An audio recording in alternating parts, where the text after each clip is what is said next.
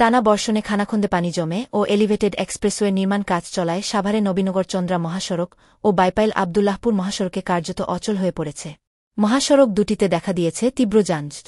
অসহনীয় ভোগান্তির মুখে পড়েছেন সড়ক ব্যবহারকারীরা। বিশেষ করে তৈরি পোশাক শ্রমিকদের স্বাভাবিক চলাচল ও তৈরি পোশাক শিল্পে উৎপাদন বিঘ্নিত হচ্ছে।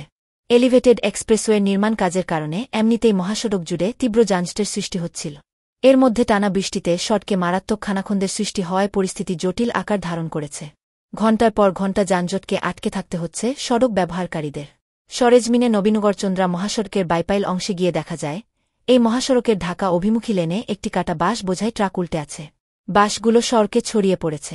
একটু দূরে ফুটওভার ব্রিজের নিচে আটকে আছে আরও দুটি বালুর ট্রাক, যার ফলে সড়কে সৃষ্টি হয়েছে যানজট।